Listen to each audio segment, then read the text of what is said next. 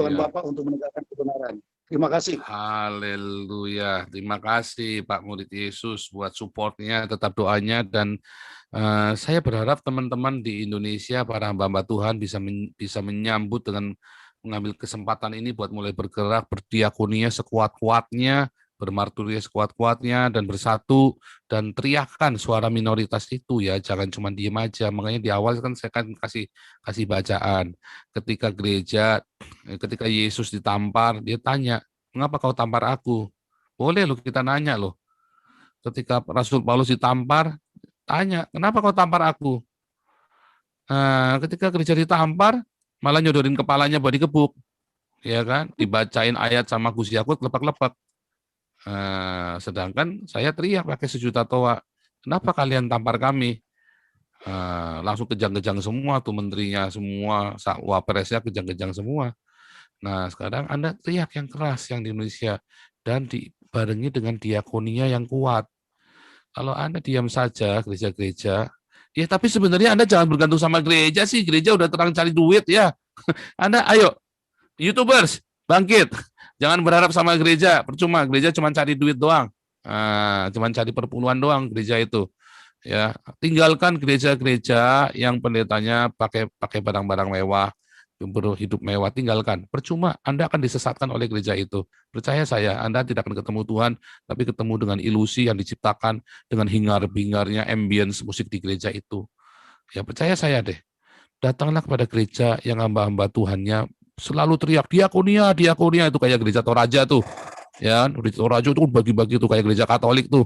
Wah, itu kan gila-gilaan itu diakonianya dan marturiannya. Anda datanglah ke sana, Anda akan diberkati. Loh, Pak Paul kan dari gereja karismatik. Loh, itu kan bukan masalah karismatik dan Katolik. Masalahnya ada Yesusnya di sana. Kalau di gereja karismatik belum tentu ada Yesusnya. Kalau Anda ke gereja karismatik, Anda diajari untuk jadi orang kaya dengan segala macam cara. Tapi kalau Anda pergi ke gereja Katolik, Anda diajari untuk ketemu Yesus. Ayo. Wah, memang penuh dengan kontroversialin Nabi ke-26. Haleluya. Oke nih, satu lagi yang nampak wajah nih, Pak Raja Wali, luar biasa nih sahabat kita Pak Raja Wali. Silakan dinyalakan mikrofonnya Pak Raja Wali.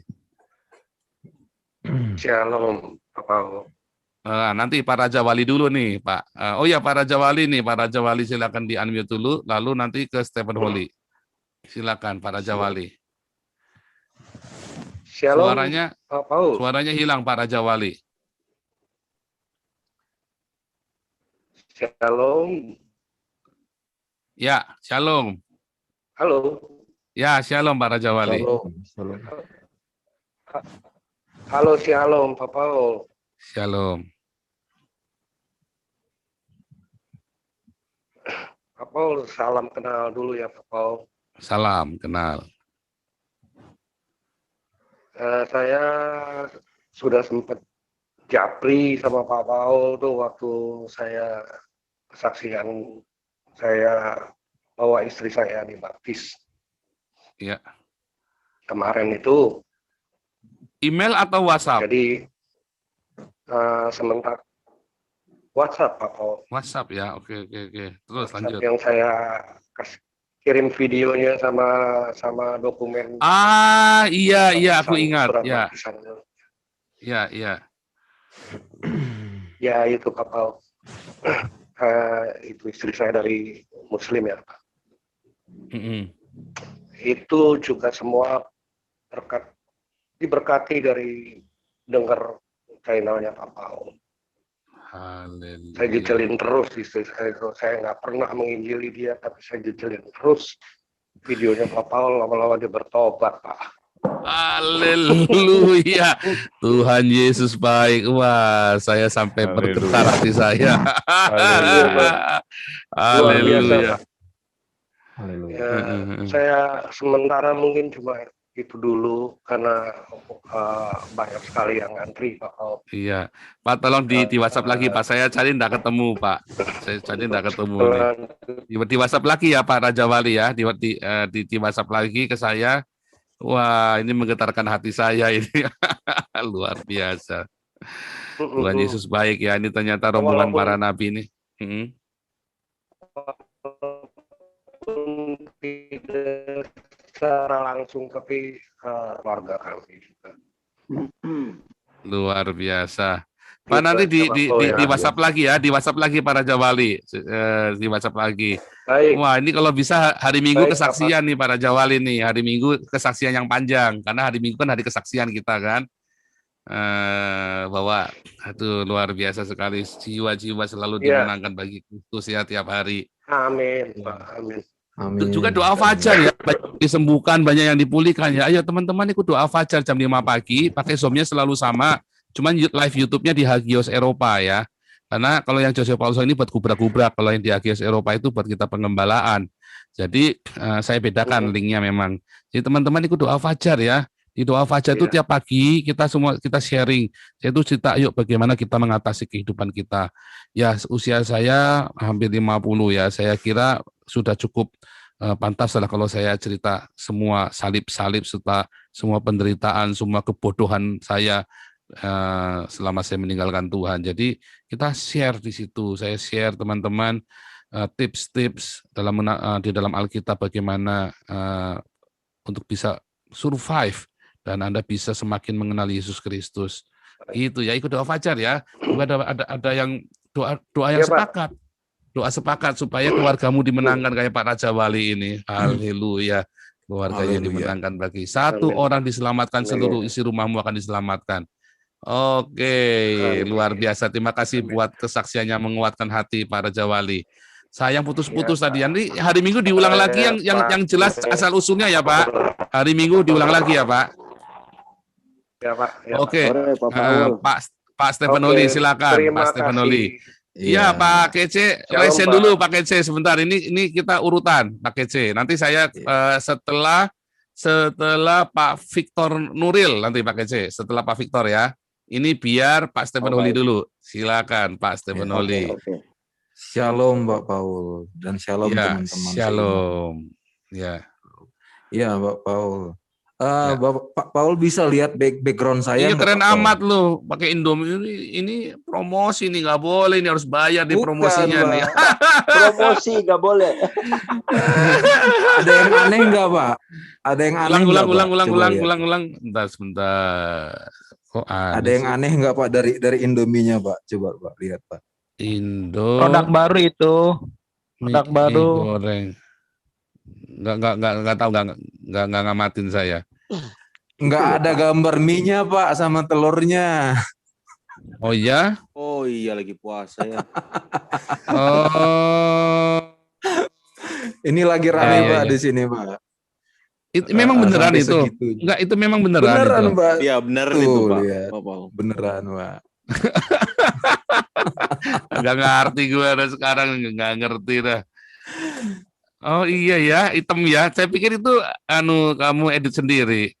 Bukan Pak. Ini lagi rame memenya Pak. Memenya di Indonesia. Oke, luar. Jadi begini Pak. Di sini di Amazon diobral Pak. Luar biasa. Ada aja ya. Iya, ada begitulah Pak. Indonesia negara 62 katanya Pak. Jadi begini Pak Paul, tadi kan Bapak menyinggung soal Katolik Pak ya. Saya ingin bertanya terlebih dahulu, boleh nggak di sini membahas ya tentang kekristenan sendiri lah Pak, dalam arti isu yang mungkin agak sensitif lah di antara kita lah begitu Pak. Boleh nggak Pak? Karena pertanyaan ini memang timbul dari pikiran saya melihat fenomena-fenomena yang dari dahulu sampai sekarang. Boleh Pak ya? Nah, boleh Pak. dong. Kan ini memang lengkingan dan rintihan rakyat jelata toh. Ya. Dari banyak kasus Pak, dari banyak kasus di seluruh dunia untuk gereja Katolik, ini membuat nama kekristenan sebenarnya agak sedikit tercoreng begitu Pak. Kalau saya perhatikan Pak, saya lihat, saya selidiki banyak kasus-kasus pelecehan seksual yang saya rata-rata tahu. gitu, Pak. Itu kan di Ap- Eropa, dulu kan ditutupi, bro. Di Indonesia Eropa. enggak. Di Indonesia Iya, cukup fair lah. Ini kita lagi cerita, iya. kalau konteks Eropa, gereja Katolik itu pernah ditinggal ya oleh warga Eropa karena ditutupi. Tapi sejak Paus Francis dibongkar habis itu semua, maka pejabat-pejabat di gereja Katolik marah dengan Paus Francis. Beberapa orang tidak suka, Iya. tetapi tahu nggak reaksinya? Orang-orang kembali ke gereja loh. Gara-gara sama Paus Francis Oh, dibongkar orang-orang skandalnya, orang balik ke gereja. Sekarang gereja Iya. Katolik mulai kekurangan orang. Gereja Katolik kekurangan pastor untuk menggembalakan. Satu orang pastor bisa menggembalakan 5 kota. Makanya akhirnya pinjam pengkhotbah dari gereja Anglikan sama gereja Lutheran. Oh iya. Akhirnya pinjam Luar mereka. biasa, Pak. Kurang Berarti soalnya. ada perubahan, Pak, ya? Ada perubahan. Berarti Ada ada perubahan. perubahan, Memang ya. sejak Paus Francis, makanya saya bilang ini Paus Francis adalah fenomena. Iya. Adalah Dari sebuah yang fenomena. dari yang saya lihat sih, Pak, saya itu pengen ngelihat dalam arti gereja Katolik ini seperti pada masa-masa awal mereka kaum Jesuit, Pak. Apakah sama Ya. itu kaum Jesuit itu dari Katolik juga?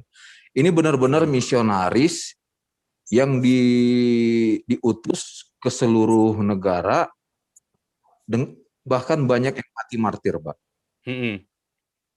Saya pengen melihat gereja Katolik itu seperti dulu lagi begitu, Pak. Tidak dengan kasus-kasus ya maaf saja. Kalau saya lihat di Afrika banyak, di Amerika banyak, bahkan di Australia banyak begitu, Pak. Ini yang menjadi pertanyaan saya.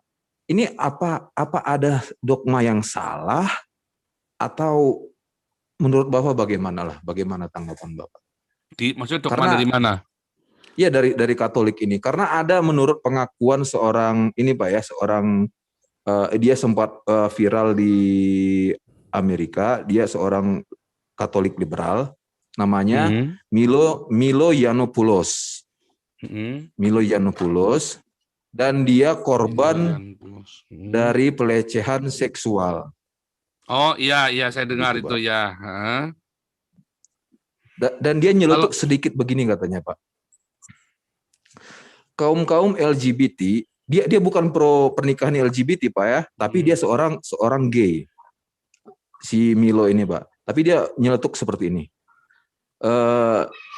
Di gereja Katolik, untuk melindungi orang-orang LGBT, orang-orang homoseksual, mereka dimasukkan ke dalam gereja. Itu pendapat dia, Pak ya, bukan pendapat dari saya. Orang gereja Katolik menyelamatkan orang-orang homoseksual agar tidak dibully, gitu, Pak. Agar tidak dibully, Pak. Menurut Bapak bagaimana? Ya itu yang dia katakan, Pak. Gimana, Pak? Halo? Ya, lanjut. Iya, menurut Bapak bagaimana? Apakah itu benar? Enggak. Atau mungkin begini, bedakan antara oknum dan pembelaan diri secara hukum atau mereka mencari keadilan, karena asalnya kan ditutup-tutupi kan oleh gereja Katolik kan. Sehingga mereka akhirnya harus bongkarnya dengan cara begitu, dengan cara yang ekstrim. Ya kan? Tetapi enggak, itu selama lama sekali. Itu ada filmnya Robert De Niro sama saya lupa satunya yang lain. Itu cerita si Robert De Niro itu jadi frater Katolik. Terus ada 4 orang anak didiknya dia yang nggak sengaja berbuat salah waktu kecil, dimasukkan ke penjara anak-anak, terus diperkosa di situ 4 anak ini. Termasuk salah satu yang merkosa itu, sipirnya itu kemudian menjadi pegiat di gereja Katolik. Oh, itu digugat semua, digugat nggak bisa. Akhirnya apa? Satu-satu didatang dibunuh sama 4 orang ini. Itu film itu kan. Dan itu sebenarnya sebuah kritik kepada gereja Katolik waktu itu. Dan akhirnya si frater ini terpaksa harus bohong demi melindungi 4 orang ini, karena 4 orang ini mencari keadilan yang tidak mungkin didapat dari pengadilan. Itu contoh seperti itu, ya kan? Itu kan skandal, dan salah satunya yang memperkosa itu kan merkosa anak kecil kan, itu namanya pedofilia. Nah itu pedofilia. jadi frater atau jadi apa di gereja Katolik juga atau jadi guru sekolah minggu deh kalau nggak salah waktu itu. Wah itu nggak bisa digugat tuh. Nah itu dibongkar. Nah jadi itu film itu adalah sebuah sindiran, sebuah sindiran. Nah saya percaya sekali kehadiran Paus Francis ini adalah untuk mensucikan kembali gereja Katolik dari praktek-praktek yang tidak baik. Sehingga Paus Francis sendiri kan menjadi tidak disukai oleh beberapa orang di gereja Katolik kan karena terlalu, ya bayangin uskup aja dimasukin penjara sama dia. Bukan dia masuk penjara, maksudnya dibongkar gitu. Uskupnya itu berarti kan sudah level bukan frater, dia ada jabatan di penjara loh. Iya. Artinya kan berarti si frater ini memang niat. Nah kalau misalnya masalah LGBT, Paus Francis ini ketika berkata mendukung LGBT bukan berarti menganggap LGBT tidak berdosa ya. Tetapi tidak semua orang yang LGBT itu kan percaya Tuhan Yesus. Atau mereka semua itu benar-benar kuat imannya. Saya sendiri juga nggak anti dengan LGBT, karena mereka juga belum lahir baru kok. Mau kita ajarin mereka hidup kudus apanya, yang lahir baru aja belum, kenal Yesus aja kagak. Ya kan? Iya. Toh orang-orang LGBT ini tidak ngebom gereja, orang-orang LGBT ini tidak merusak gereja, tidak merusak masjid. Mereka juga tidak melakukannya di dalam gereja atau di dalam masjid, melakukan hubungan seksnya, ya kan? Jadi menurut saya mereka justru banyak orang-orang seperti ini, orang-orang yang para pendosa ini adalah orang-orang yang murah hati ya, suka bercharity, karena mereka butuh pengakuan kan? Iya. Nah, jadi apa? Mereka itu adalah orang-orang yang haus dalam tanda kutip akan sesuatu yang mereka nggak ngerti dan mereka dapatkannya dengan LGBT. Maka tugas kita untuk menerima mereka dan memperkenalkan Yesus kepada mereka. Masalahnya kita terlalu munafik, kita menolak LGBT sementara di sebelah tetangga Anda adalah teroris. Tetangga Anda itu yang hobi bakar-bakar gereja. Iya kan? Lebih parah mana coba? Kalau saya lebih suka memilih bersahabat dengan LGBT ini daripada teman-teman yang jidatnya hitam-hitam, yang suka lihat halal kafir itu kan. Wah, menurut saya yang suka bilang halal kafir, yang si Nasrullah itu cungkil matanya Paul, itu orang itu lebih biadab daripada LGBT. LGBT itu saya yakin asal dia sedikit saja. Saya yakin LGBT moralnya lebih baik daripada si Nasrullah. Bahkan daripada si Habib Rizik sama Munarman sama Mel itu. Ya, Pak. Saya yakin LGBT itu hanya dia mengalami satu titik yang dia tidak bisa menemukan jati dirinya. Sedangkan kalau Nasrullah, Munarman segala macam itu udah jelas itu hate speech, dan kayak kemarin si Wapres bilang Ahok harus dihabisi. Wah, itu udah jelas itu. Itu tindakan tidak bermoral itu. Itu sudah jelas. Kalau LGBT dia itu hanya mencari jati dirinya yang tidak ketemu, tidak berhasil. Kecuali LGBT yang sudah cemburu-cemburuan sampai bunuh-bunuhan itu, sampai iri terus bunuh itu kan. Tetapi itu kan satu dari sekian juta kasus. Nah, kalau ini kan coba dari sekian juta orang-orang yang jidatnya hitam-hitam, ya, yang separuh mungkin begitu kayak itu beda. Nah, kalau saya lebih takut sama orang yang jidatnya hitam-hitam itu daripada sama LGBT. Maksudnya lebih takut, bukan saya takut enggak, tapi orang-orang ini lebih kejam, lebih sadis, lebih jahat, lebih dikuasai iblis, Orang yang jidat-jidat itu lebih dikuasai iblis daripada LGBT. LGBT itu hanya karena ya tidak tahu saja. Kalau yang jidat hitam itu memang udah kerasukan iblis. Iya. Itu menurut saya ya. Kedua, jadi Pak. Iya. Yang kedua pengen saya tanya, kan ada di Alkitab dituliskan orang yang murtad tidak bisa diperbaharui lagi. Menurut Bapak ayat itu konteksnya bagaimana, Pak? Jadi orang yang murtad. Jadi begini, ya saya tahu. Jadi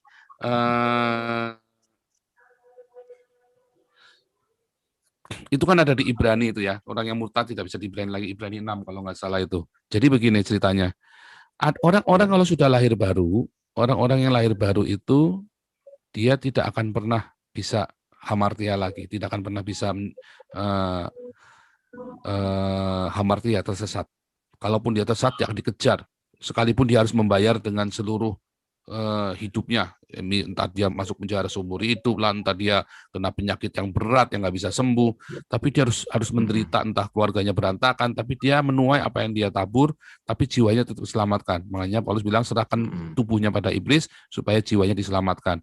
Tetapi ada orang-orang ya, orang-orang yang murtad ini adalah orang-orang yang sudah mengenal kebenaran, tapi dia nolak, nggak mau. Contohnya, karena udah terlanjur nih, udah jadi pejabat negara nih. Wah, kalau saya balik lagi, saya kena masalah nih.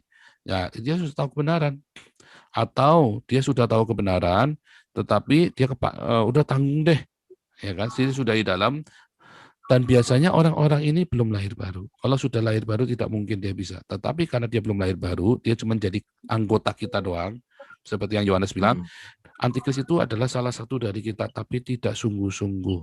Kalau sungguh-sungguh, dia pasti akan masih bersama dengan kita.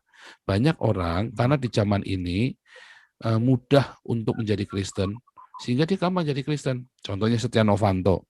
Dia kan donaturnya gereja Katolik. Begitu mau jadi ketua DPR, dia jadi Islam, bersyahadat. Nah itulah. Ya udah. Berarti tidak bisa diperbarui. Saya nggak tahu, dia itu sudah tahu kebenaran belum. Masalahnya banyak orang nggak tahu kebenaran.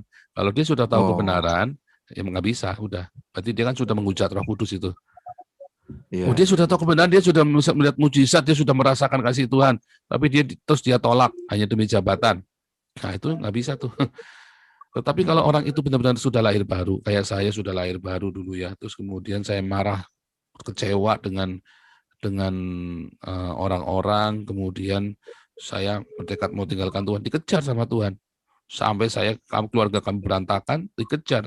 Kita tuai apa yang kami tabur. Ya kan, kami tuai apa yang kami tabur, tetapi saya dikembalikan. Dan sekarang kita bersama dengan Tuhan Yesus. Begitu. Itu yang saya percaya. Jadi memang kalau orang sudah lahir baru, pasti dikejar sama Tuhan. Entah dia nanti harus sakit, harus mati, harus menderita. Pokoknya dikejar sama Tuhan sampai dia balik pokoknya. Nah ini Pak, ada tambahan dari saya sedikit Pak ya. Sedikit aja, sedikit ya, aja terakhir. Pak Paul. Ya terakhir silakan. Nah ini Pak, ini kan diberitakan ada tentang lama tuh Pak. Lanjut. Lanjut Pak, lanjut. Ya, terakhir. Udah lewatin. Iya, terus. Udah lewatin. Udah lewat. Jangan terakhir, gitu dong, terakhir Pak Stefanoli. Terakhir aja ya. Ini saya tambahin aja, menambahkan aja. Indonesia kan sekarang lagi gencar-gencarnya untuk menekan pemerintahan Myanmar, Pak, tentang Rohingya. Tapi ini saya pernah mendapatkan informasi, saya langsung mendapatkan bukti-bukti dari wartawan, kalau nggak salah Perancis atau Inggris lah. Kalau latar belakang konflik ini adalah, jadi pada zaman-zaman dahulu, si pengungsi Rohingya ini sengaja disetting Pak oleh tentara pergerakan teroris dari Bangladesh, Pak. Jadi itu kan daerah perbatasan, Pak ya. Konfliknya itu daerah perbatasan. Nah, jadi si tentara teroris ini memaksa orang-orang Rohingya ini pindah ke desa yang ada di perbatasan Myanmar, Bangladesh. Jadi mereka pindah Pak dari Bangladesh ke Myanmar, gitu Pak. Nah, tetapi orang-orang Rohingya ini ditekan oleh tentara-tentara ini untuk membakar, menganiaya orang-orang Myanmar yang ada di desa tersebut. Itulah asal-usul konflik Rohingya dan Myanmar. Tetapi saya tidak setuju juga apa yang dilakukan oleh tentara Myanmar kepada orang Rohingya, karena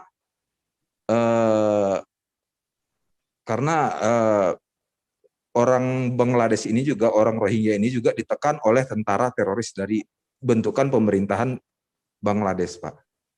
Begitu, Pak. Jadi saya bingung aja, Indonesia kok ngotot gitu ya menekan pemerintah Myanmar soal Rohingya ini, sementara di dalam negeri masih banyak masalah yang lebih dari ini.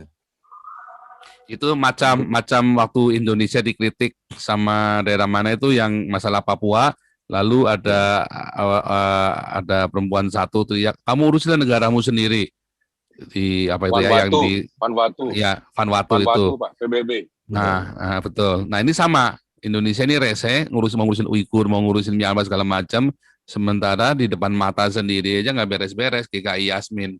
Sama seperti mereka kejar saya kutu di seberang samudra, balok-balok yang di depan markas di depan Kementerian Agama aja nggak diberesin. Nah, itu kan sama persis kan sebetulnya kan.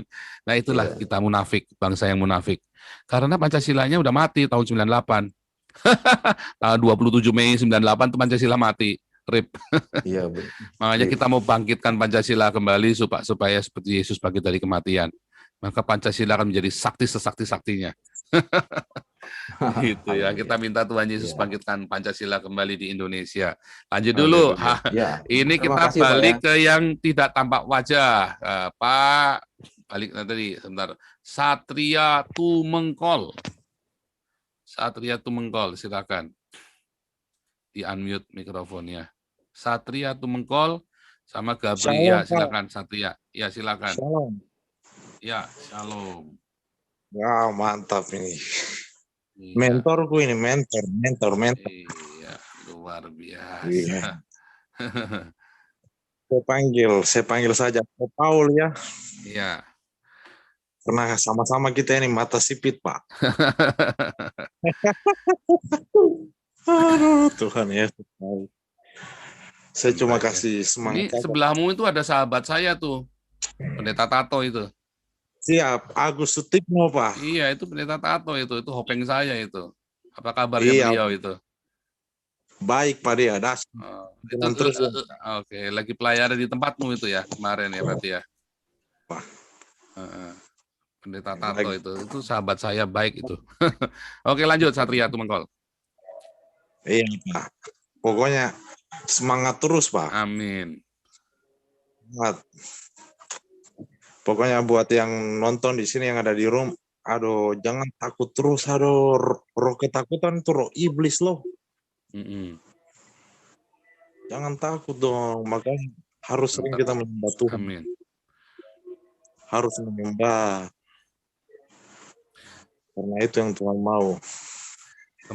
Teman-teman masuk ya ke Metro TV, TV One, begitu ada video yang membahas tentang saya, bilang bawahnya ya, kami mendukung Joseph Paulusang, misalnya begitu. Atau ada bilang kan, kami dukung Joseph Paulusang untuk suarakan minoritas. Iya. Yang gitu-gitu pokoknya hantam semua. Metro TV, TV One, Kompas TV, Jawa Pos sudah cukup banyak, 90%, 95% itu positif ya. Jawa Pos itu masuk ya supaya itu didengar. Nanti didengar, percaya saya. Nanti itu akan dikawal. Anda tidak minoritas lagi, Anda mayoritas karena didukung oleh dunia internasional. Sekarang seluruh dunia sedang mata memandang ke Indonesia. Serius. Siap. Di Zoom kita ini intelnya bukan cuma intel dari Indonesia doang, intel dari Eropa juga ada di Zoom kita. Itu benar-benar ya. Oke, luar biasa Satria Tumengkol. Lanjut Pak, lanjut ya. Mentor. Luar biasa. Oke, nih luar biasa. Gabriel C, terima kasih supportnya Satria Tumengkol. Gabriel C, silakan. Iya, Pak Paul, Pak. Apa kabar? Luar biasa, Pak Gabriel. Iya, saya berpendapat ya. Menurut saya, kita ini di Indonesia, terutama kaum minoritas ini, menurut saya krisis identity. Kita identitas ini benar-benar sedang krisis saat ini. Ini suara saya feedback atau enggak ya? Enggak, bagus. Oke. Soalnya kita ini para minoritas ya. Menurut saya itu kita tuh double minority. Udah jatuh ketimpa tangga. Jadi kita itu nggak bisa berbuat banyak. Untung aja kita punya sahabat-sahabat Kristen ya yang bisa membantu kita. Contohnya aja ya, kayak di Pontianak ya. Pontianak itu memang banyak sih orang Chinese-nya. Mereka itu untung aja kita masih ada sahabat-sahabat Kristen, terutama yang dari Dayak. Apalagi dulu waktu sempat kerusuhan Melayu melawan Dayak, kita orang-orang Chinese itu toko-tokonya hampir mau dibakar semua. Untung masih ada teman-teman baik, ada beberapa Dayak bantuin sesama Kristen. Kalau enggak, kita semua udah udah habis itu. Makanya jujur kita main minoritas itu, terutama yang Chinese itu di Pontianak kadang-kadang takut-takut juga. Soalnya dari dulu itu orang tua kita udah ngajarin, kamu kalau misalnya ditabrak orang, terutama ditabrak mayoritas, ditabrak orang Indonesia, kamu jangan melawan. Soalnya kamu itu minoritas, kamu Cina, kamu bisa dibantai sama semua orang. Walaupun mereka bantuin kamu, karena kamu punya duit. Terus di sekolah juga, kamu jangan angkat tangan. Nanti kalau kamu terlalu menonjol, kamu bisa dibully sama orang-orang mereka. Kita tuh minoritas tuh benar-benar double minority. Tapi nggak semua sih, ada juga yang baik sih. Makanya saya cerita, kadang waktu kita ke luar negeri, kita kadang ditanya, where you from? Kadang aku bingung jawabnya. Soalnya aku mau bilang aku Indonesia, tetapi belum tentu Indonesia cinta sama saya. Saya cinta banget sama Indonesia, tetapi belum tentu Indonesia sendiri membalasnya setimpal dengan apa yang kita berikan ke Indonesia. Itu aja sih saya pengen cerita sih. Makanya saya betul Pak, 100% betul. Bahkan kalau nggak punya uang jadi triple Pak, bukan cuma double jadi triple kalau nggak punya, kalau miskin Pak. Iya, makanya saya jujur kalau miskin bukan double lagi, triple minority Pak. Gila itu, kalau punya uang masih mending Pak, bisa bayar Pak. Iya. Wah, terutama Pak ya di Singkawang itu. Kalau ya, Singkawang saya tahu itu kondisi di sana. Miskin, minoritas, Kristen atau Buddha itu nggak bisa macam-macam itu. Kalau misalnya mereka keluar itu mereka harus ya, kadang-kadang orang-orang baik juga sih sama mereka, cuma ya tahu diri, cuma mungkin mereka ada ketakutan tersendiri nggak bisa mereka ungkapkan gitu. Contohnya aja kemarin yang Meliana teriak begitu aja langsung udah selesai semua. Coba misalnya kalau misalnya saya protes di Instagram, Toa misalnya terlalu berisik, itu udah habis itu. Untung aja kemarin Saskia, siapa artis itu bisa ngomong begitu luas itu karena ya. Makanya saya perhatikan ya.